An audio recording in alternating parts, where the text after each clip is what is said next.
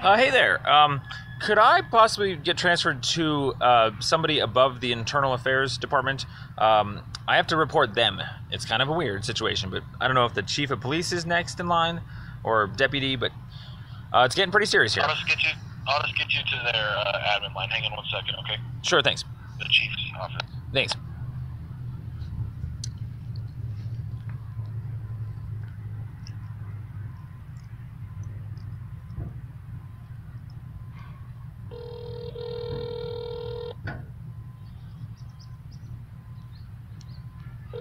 If this is an emergency, please hang up and dial 911.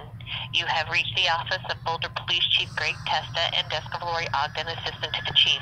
My normal work hours are Monday through Thursday from 7:30 to 5:30 and Fridays from 7:30 to 11:30. If you need to speak with an officer or this is an urgent matter outside my normal work hours, call 303-441-3333. Otherwise, please leave a message and someone will return your call as soon as possible. Thank you. Record your message at the tone. When you are finished, hang up or press pound for more options. Yes, hello there. This message is for the highest in command. I think I got the chief's phone number here. My name is William Montgomery. I can be reached here at 970-825-4421 or 970-412-5463. I have a brother named David Montgomery. He can be reached at 970-239-1580. Okay, so to give you guys a little bit of background, my brother and I are from Fort Collins, Colorado. We left a Mormon family when we were really young. Didn't get much legal help for our medical problems. I had a kleptomania issue that they prayed over. I ended up getting railroaded as an adult in the legal system. Pled guilty to crimes I didn't even do, but ultimately was charged for my kleptomania. So I learned my lessons quick. Obviously, I'm not a thief. There was a medical complication, like I was saying. However, my brother and I spent the next decade bouncing between jobs and places just to kind of start our lives, and it never went anywhere. We ended up losing our jobs and places anyways. We ended up getting sued by the city of Fort Collins in a 3 unrelated rule lawsuit, frivolously. You know, they only sued 2 of us in a 5 unrelated house. It requires 4 or more to break the rule.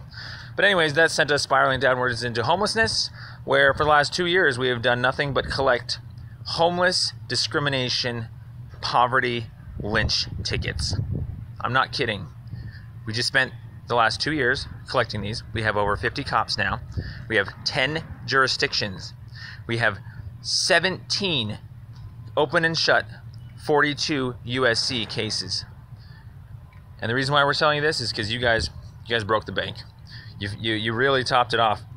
We figured someone might throw themselves under the bus before we, pulled into the bus stop with all of our complaints. So yeah, we're really behind. The reason why we're behind on all these complaints is because we're defamed and discriminated against by our family and everyone else. And so it's just taken a while for us to get these complaints out. These being outside of parks when we're using maps and statutes and so forth, and being on private drives. Having to hold a sign. And so we got picked up a lot on these things. Fought them every time. We originally had public defender help. They gave us bad legal advice. We went pro se in the end. And so here we come to Boulder. And we had found what we thought were some pretty safe private drives on the east and west side of 28th there on Walnut. And we even spoke to a previous officer about it. Looked up the maps and statutes, plats, definitions, basic stuff you guys are supposed to know in the streets, right? Well, guess what? All your officers did the exact same thing as every other officer. You guys literally lynched us. You literally picked us up on a private drive. We tried to reason with you guys in the streets. This time, we really had everything ready to go. We offered the definitions of everything. We pointed to the signs, the purely exculpatory evidence here, and they wouldn't do anything. But hey, at least, the way we work is we at least get on tape. So we got the entire encounter. And by the way, all the other 30 cases we eventually put up onto YouTube. They all have their own audios. This is like 99% documented for the world to see. But the reason why I'm contacting you guys is because we had spoken with Sergeant Vanderleest in great detail. She ratified that that was a public street. She tried to get away with it. She co-conspired and racketeered with these officers to get out of a false imprisonment. We contacted Internal Affairs. Sergeant Whiten did the exact same thing. We have him on audio. He said that the ticket stands as well. So he's a crony too.